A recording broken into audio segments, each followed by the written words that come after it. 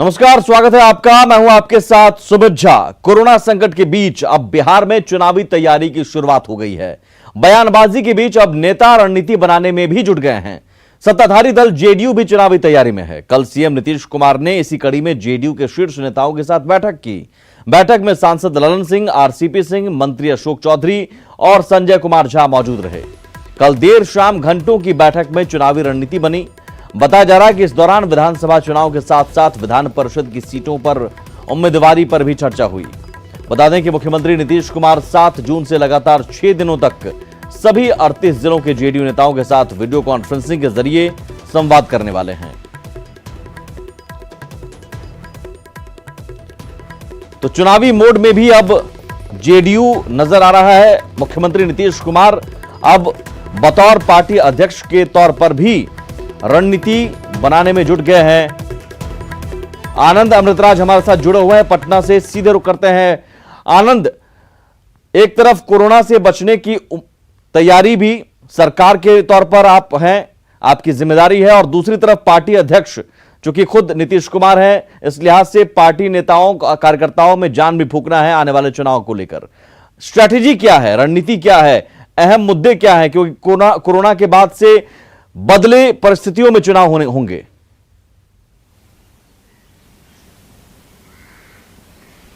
देखिए सुमित, निश्चित तौर पे कोरोना संक्रमण के दौर में ये विधानसभा का चुनाव हो रहा है और बेहद महत्वपूर्ण है और कई मायनों में बेहद अलग चुनाव होने वाला है इस बार का बिहार विधानसभा चुनाव। एक तरफ नीतीश कुमार लगातार कोरोना संक्रमण को लेकर लगातार वीडियो कॉन्फ्रेंसिंग कर पूरे बिहार का हालचाल जान रहे हैं। दूसरी तरफ उन्होंने मोर्चा संभाल लिया है बिहार विधानसभा चुनाव को लेकर और पिछले कई दिनों से, ये सिर्फ कल की बात नहीं है, पिछले कई दिनों से लगातार वो वीडियो कॉन्फ्रेंसिंग के माध्यम से बिहार के तमाम जिलों में जो पार्टी के जमीनी स्तर के कार्यकर्ता थे, प्रखंड स्तर के, जिला स्तर के तमाम नेताओं से बातचीत कर रहे थे। उन्होंने एमपी और एमएलए से भी बातचीत की थी वीडियो कॉन्फ्रेंसिंग के माध्यम से और कोरोना संक्रमण के दौरान ये जानकारी लेने की कोशिश कर रहे थे कि बिहार विधानसभा चुनाव के समय परिस्थितियां क्या हो सकती है कोरोना संक्रमण के दौर को लेकर, खासकर जब कोरोना संक्रमण को लेकर जो सरकार की तरफ से उपाय किए जा रहे हैं उस उपाय का जनता पे क्या असर पड़ा, वो फीडबैक लेना उनके लिए बेहद महत्वपूर्ण था। और इसी कड़ी में लगातार बैठक जारी है। 7 तारीख को बेहद महत्वपूर्ण है, जहां पे फिर से वो अपने जमीनी स्तर के कार्यकर्ताओं के साथ, जिला पंचायत, प्रखंड तमाम अध्यक्षों के साथ मुलाकात करेंगे। हमारे साथ 2 खास मेहमान हैं इसके लिए बात करने के लिए सुमित। जेडीयू एमएलसी खालिद अनवर हैं और कांग्रेस एमएलसी प्रेमचंद मिश्रा है। सबसे पहले हम खालिद जी से ही बात कर लेते हैं क्योंकि शुरुआत आप ही की पार्टी ने सबसे पहले किया था, भले ही बहाना कोरोना संक्रमण को लेकर हो, लेकिन चुनावी तैयारी जिस तरीके से हो रही है, एक तरीके से कमान नीतीश कुमार ने खुद संभाल लिया, इसको कितना महत्वपूर्ण माना जाए और क्या आप रणनीति इस बार बना सकते हैं चुनाव को लेकर, खासकर कोरोना संक्रमण के दौर में जब विधानसभा चुनाव होने वाला है? देखिए, नीतीश कुमार ने मोर्चा संभाला है, इसमें बिल्कुल सही है, कोई शक की बात नहीं है। लेकिन नीतीश कुमार ने मोर्चा संभाला है बिहार को बचाने का। कोरोना से बिहार को कैसे बचाएं, बिहार के लोगों को कोई तकलीफ ना हो, बिहार के लोगों के पास सारी चीजें पहुंच जाए, खाने की चीजें पहुंच जाए। वो तो मान लिए खा लीजिए, वो हम मान लिए, वो मुख्यमंत्री भी कह रहे हैं, वो तमाम बातें हैं, लेकिन इसी के बीच में चुनावी अभियान का श्री गणेश करना और लगातार अपने बड़े नेताओं, छोटे नेताओं से बातचीत करना, तो ये इस बार का चुनाव क्या कोरोना जो संक्रमण को लेकर राहत चलाई जा रही है उसी को मुद्दा बना के आप लोग चुनाव लड़ने की तैयारी कर रहे हैं? नहीं, अभी देखिए, अभी आनंद जी मुद्दे की बात नहीं है, अभी बात चुनाव जिसको नजर आता हो, जिस पार्टी को नजर आता हो। हमारी पार्टी की आपने देखा होगा, नीतीश कुमार ने ये कहा अपनी पार्टी के तमाम वर्कर को कि आप क्वारंटाइन सेंटर की मॉनिटरिंग कीजिए, किसी को कोई परेशानी ना हो। हम अभी चुनाव की तैयारी नहीं कर रहे हैं, हम इस बात की तैयारी कर रहे हैं कि कोरोना के कहर के दौरान बिहार के लोगों को कोई तकलीफ ना हो, सभी लोग ये भी तो तैयारी का ही एक अंश है ना खालिद जी। आप इसी बहाने तो फीडबैक लेना चाह रहे हैं ना तमाम कार्यकर्ताओं से, जिला स्तर के नेताओं से, बड़े नेताओं से, तो यही तुम जानना चाह रहे हैं कि यानी कि कोरोना के साए में चुनाव होने वाला है तो एक बहुत बड़ा मुद्दा आपके लिए होने वाला है और आप ये बताने वाले जनता को कि भाई हमने ये किया। देखिए, ये बदकिस्मती है इस मुल्क की कि इस देश की कि किसी भी काम को चुनाव से जोड़ दिया जाता है। हम ये कह रहे हैं कि हम चुनाव की तैयारी के लिए नहीं, हम बिहार के जनता के भले के लिए काम कर रहे हैं। आप इसको चुनाव से जोड़िए, जिससे जोड़िए। हम आपको क्लियर कर दे रहे हैं। कल दोपहर में वीडियो कॉन्फ्रेंसिंग करके पूरे बिहार में बात किया नीतीश जी ने और देर शाम बैठक होती है, पार्टी के चुनिंदा नेताओं के साथ बैठक होती है, तो सवाल तो उठेगा ना खालिद जी, सवाल तो उठना लाजमी है। देखिए, हम एक पॉलिटिकल पार्टी है, पॉलिटिकल पार्टी सत्ता में आती है, पॉलिटिकल पार्टी काम करती है।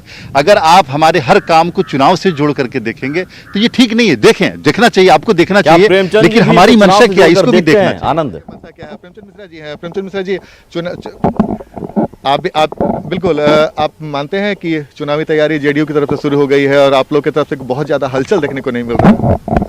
देखिए, बीजेपी और जेडीयू हर मुद्दे पर राजनीति करती है।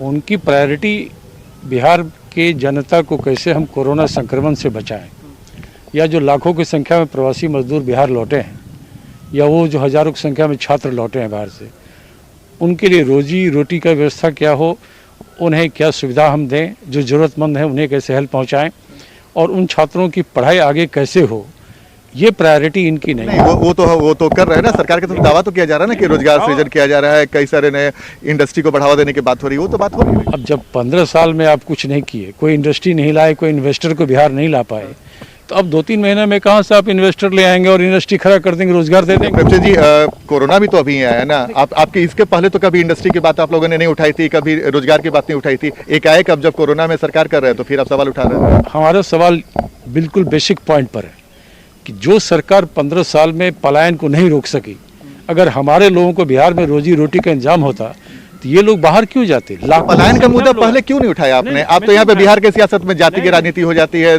कई सारे मुद्दे हो जाते हैं, धारा 370, कॉमन सिविल कोड, तलाक, ये सब हो जाता है। तो ये मुद्दे किसने उठाए हैं? 370 और ये जो धारा 370 और ट्रिपल तलाक, ये तो एनडीए का ही मुद्दा। यही तो हम बोल रहे हैं कि किसी ने पहले विरोध किया, बाद उसके साथ खड़े हो। नहीं, हम यही तो बोल रहे हैं ना कि कोरोना संक्रमण के बीच में ये तमाम मुद्दे तो गौन हो गए थे, अब जब आप फिर से रोजगार, पलायन, ये तमाम मुद्दे उठा रहे हैं। नीतीश जी ने लगातार 15 वर्षों में कहा कि हमने पलायन को रोका है, हमने तो क्वालिटी ये एक एजुकेशन अच्छी बिहार बात में है दी कि कोरोना के बहाने ही सही राजनीति में पलायन और रोजगार एक बड़ा मुद्दा बनता जा रहा है। बहुत शुक्रिया आनंद बातचीत के लिए।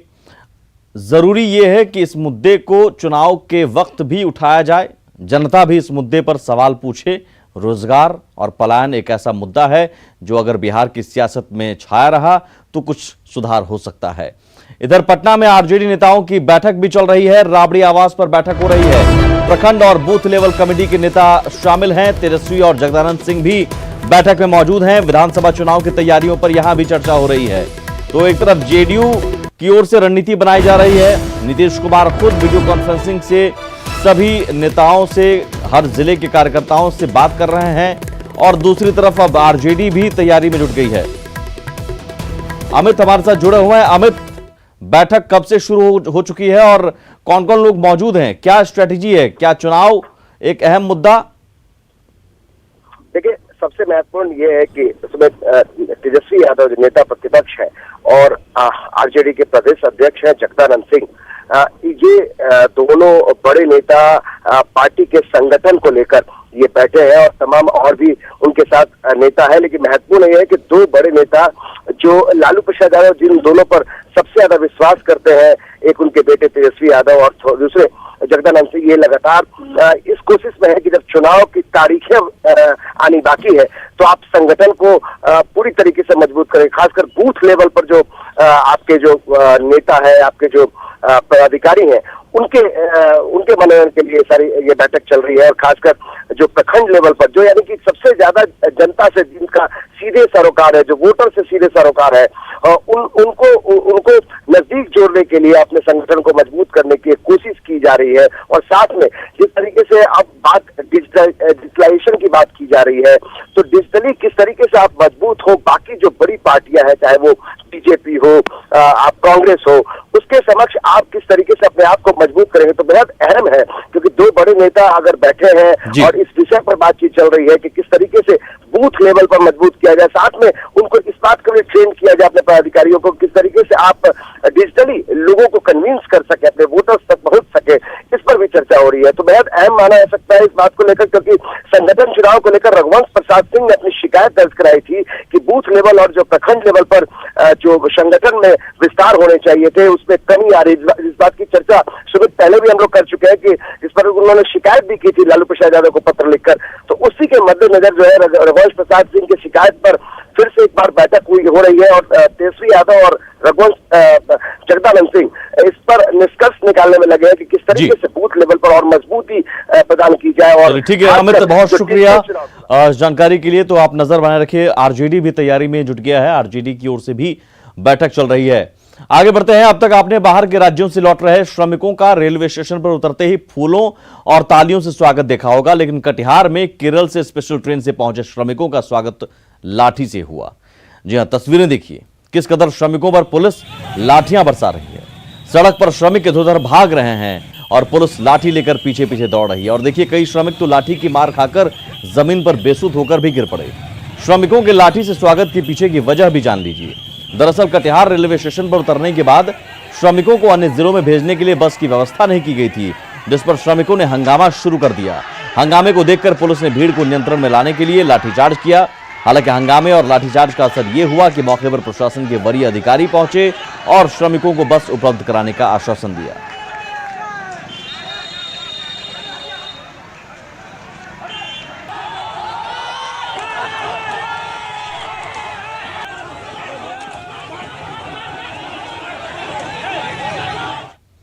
लॉ एंड ऑर्डर के मुद्दे पर नीतीश सरकार पर हमला बोलकर तेजस्वी यादव खुद फंस गए हैं।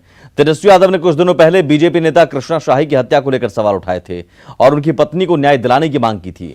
अब कृष्णा शाही की पत्नी तेजस्वी यादव पर आरोप लगा रही हैं कि डिप्टी सीएम रहते हुए तेजस्वी यादव ने कुछ नहीं किया। वे अब इस मामले पर राजनीति कर रहे हैं।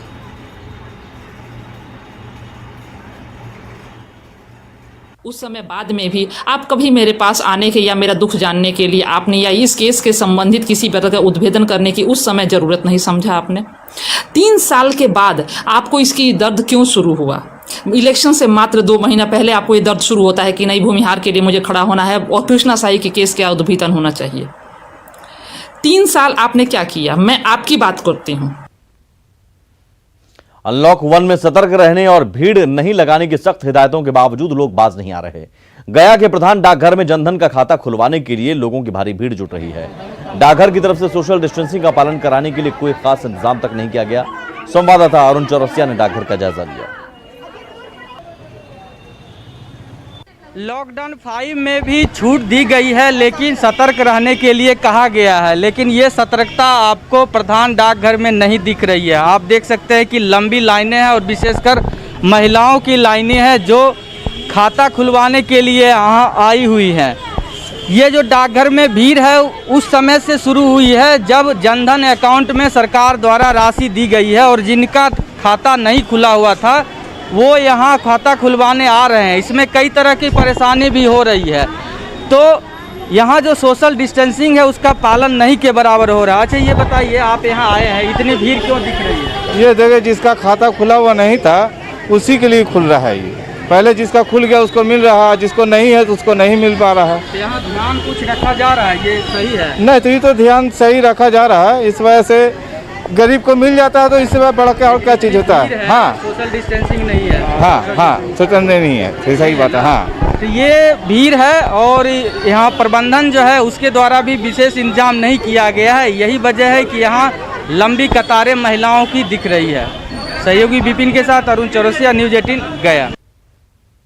मधेपुरा का कुमारखंड पीएचसी कोरोना का हॉटस्पॉट बन गया है। पीएचसी के एक डाटा ऑपरेटर से अब तक कुल 15 लोग संक्रमित पाए गए हैं, जिनमें 2 डॉक्टर भी शामिल हैं। पीएचसी में कोरोना के फैलने से स्वास्थ्य महकमे में हड़कंप है। वहीं इस घटना ने मधेपुरा के स्वास्थ्य विभाग की तैयारियों की भी पोल खोल दी है।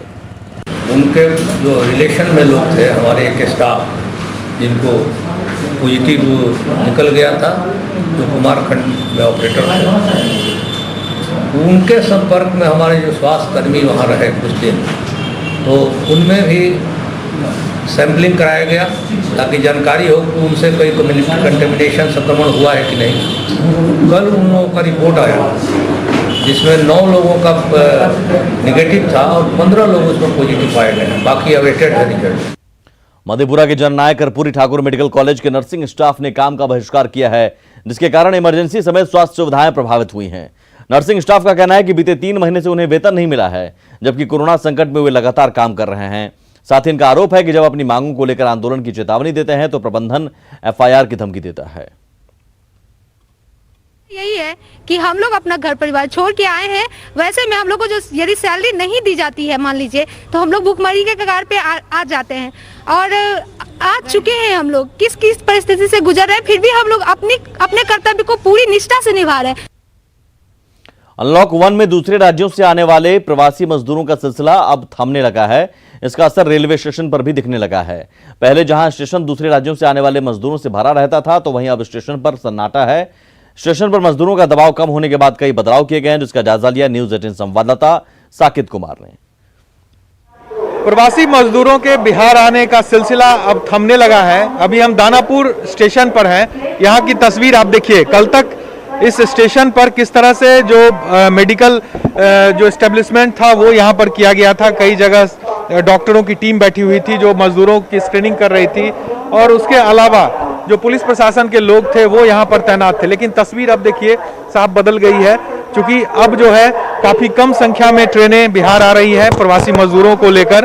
तो ऐसे में जो रेलवे है अब आम लोगों के लिए जो स्टेशन है उसकी कह सकते हैं शुरुआत हो गई है। अब आम लोग यहाँ पर आ रहे हैं ट्रेन पकड़ने के लिए, क्योंकि 1 जून से जो ट्रेनें चल रही है उसके बाद लोगों का आने का सिलसिला शुरू। कहाँ जाना है आपको? बनारस जा रहे हैं। ये जो 1 जून से ट्रेन शुरू हुआ, कितना आप लोग को अब राहत मिल रहा है? बहुत राहत है। यहाँ तो पहले मजदूरों का सिलसिला था, अब यात्री यहाँ आ रहे हैं जाने के लिए। यस सर, हम लोग भी 2.5 महीने बाद जा रहे हैं। आप दूसरी तरफ भी तस्वीर देखिए, किस तरह से व्यवस्था यहाँ पर पूरी तरह से बदली हुई आपको दिखेगी। पुलिस के की जो तैनाती थी वो भी ना के बराबर है, क्योंकि यहाँ पर जिस तरह से पहले लगातार पुलिस और तमाम लोग यहाँ पर रहते थे वो अब यहाँ पर तस्वीर आपको नहीं दिखेगी। तो स्टेशन भी अब देखिए खोल दिया गया आम लोगों के लिए। आपको यहाँ पर दिखेगा आम यात्री ही दिखेंगे जो अब आ जा रहे हैं, जो जिस तरह से ट्रेनों की शुरुआत हुई है। और देखिए आप तस्वीर किस तरह से पूरा जो स्टेशन परिसर है वो लगभग खाली है। यहाँ पर राजेश के साथ साकेत कुमार, न्यूज 18 पटना। भागलपुर में एसटीएफ ने कुख्यात अपराधी दिनेश मुनि को मुठभेड़ में मार गिराया है। दिनेश मुनि पसराहा के थानेदार के हत्या का आरोपी था और पुलिस इसकी काफी दिनों से तलाश कर रही थी। हालांकि दिनेश मुनि का 3 साथी मौके से फरार हो गया है। पुलिस ने घटनास्थल से 2 कार्बाइन बरामद किया है। बता दें कि 12 अक्टूबर 2018 को खगड़िया के पसराहा थाना अध्यक्ष आशीष सिंह जब कुख्यात दिनेश मुनि को पकड़ने गए, तभी दिनेश मुनि ने उन्हें गोली मार दी, जिसके बाद उनकी मौत हो गई थी। दिनेश मुनि पर कई और मामले भी दर्ज हैं।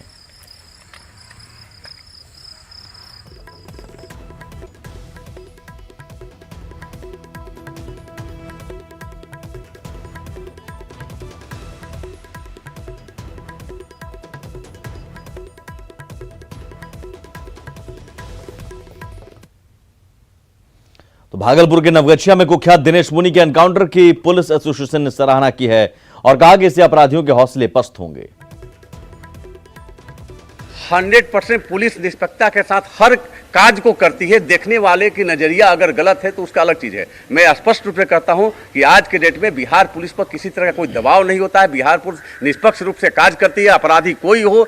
आज के डेट में बिहार के तमाम 1 लाख पुलिसकर्मी हमारे जो डीजीपी साहब है उनके साथ खड़ी है और सरकार के हर कार्य के साथ खड़ी है, कानून की रक्षा के लिए खड़ी है। बैंक ऑफ इंडिया को 86 लाख का चूना लगाकर कई सालों से फरार चल रही महिला को भोजपुर जिले के चीने गांव से गिरफ्तार किया गया है। बताया जा रहा है कि महिला ने अपने पति और देवर के साथ मिलकर बोकारो के चास स्थित बैंक ऑफ इंडिया से 86 लाख का लोन लिया और वहां से फरार हो गए। बैंक मैनेजर की शिकायत पर तीनों के खिलाफ प्राथमिकी दर्ज की गई और इसी को लेकर झारखंड पुलिस भोजपुर के छीने गांव पहुंची, जहां से महिला दीप्ति सिंह उर्फ तृप्ति सिंह को गिरफ्तार किया गया।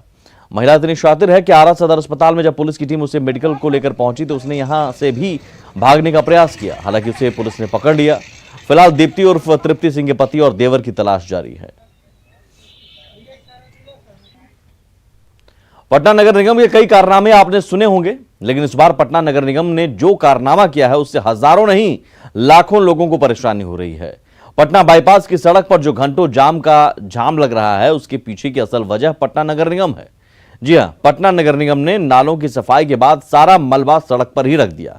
बाईपास की मुख्य सड़क का करीब आधा हिस्सा उस मलबे से ढका हुआ है, जिससे गाड़ियों के चलने में परेशानी हो रही है और जाम लग रहा है। संवाददाता रवि एस नारायण ने नगर निगम की इस कारस्तानी का जायजा लिया। पटना बाईपास की एक तस्वीर हम आपको दिखाते हैं। पटना बाईपास में ये देख सकते हैं कि जो लंबी जो लाइन है, देख सकते हैं कि पूरी तरह से पटना का बाईपास जाम है और गाड़ियों की लंबी फहरिस्त जो है लगी हुई है, बमुश्किल से यहाँ से निकल रहे हैं। लेकिन सबसे बड़ी बात है कि ये जो जाम है किसी ट्रैफिक के कारण नहीं है, लेकिन ये जाम है ये गंदगी के कारण। आप देख सकते हैं कि जो पूरी सड़क है, आधा से ज़्यादा सड़क पर ये कचरा फैला हुआ है। ये वो कचरा है जो नगर निगम ने नाले की सफाई में निकाला है। और नाले की सफाई करके नगर निगम जो है ये पूरी तरह से सड़क पर डाला हुआ है और आधे से ज़्यादा सड़क जो है वो इस कचरे से पटा हुआ है, जिसका नतीजा ये है कि आप जरा तस्वीर देखिए कि पीछे कितनी लंबी जो लाइन है वो लगी हुई है गाड़ियों की, और ये पूरी तरह से जाम रहे और पूरे दिन जो है इतनी ही मशक्कत लोगों को करनी पड़ती है यहाँ से गुजरने के लिए।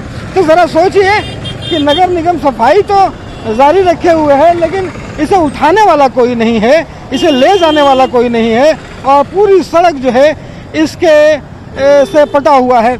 यहाँ पे जो लोग रहने वाले हैं, क्या नाम हुआ आपका? विनोद महतो नाम हुआ। दिन भर जाम ऐसे ही रहता है? दिन भर जाम रहता है। नगर निगम वाला सब मट्टी निकालते हैं लोग नाला में से और रोड पर छोड़ देते हैं, उठाते तो है नहीं। दिन भर जाम लगा रहता है सुबह से शाम तक एकदम काफी। और इससे परेशानी भी हो रही है? सभी को परेशानी होता है, पैदल चलने वाले को परेशानी होती है, आने जाने वाले सबको पार होना मुश्किल हो जाता है रोड एकदम। देखिए वो एक जगह नहीं है, आपको ये अगर दिखाऊं तो टीले का रूप ले लिया है, और यहाँ से लेकर के पूरे बाईपास में जो है वो यही तस्वीर आपको दिखाई पड़ेगी। हर जगह जो है वो नाले की सफाई कर करके पूरे सड़क पर बिछा दिया गया है, और इसका नतीजा है कि पूरा बाईपास पूरे दिन जाम रह रहा है। कैमरा पर्सन आशीष के साथ रवि नारायण, न्यूज़ 18 पटना। ऐसा पहली बार नहीं है जब पटना नगर निगम ने इस तरह की कारस्तानी दिखाई हो। पिछले साल याद होगा पटना डूबा, जिम्मेदारी नगर निगम पर ही आई थी। आज नालों की सफाई हुई तो अब सड़क पर जाम लगवा दिया गया। सवाल है कि कब सुधरेगा पटना नगर निगम। फिलहाल इस बुलेटिन में इतना ही। नमस्कार।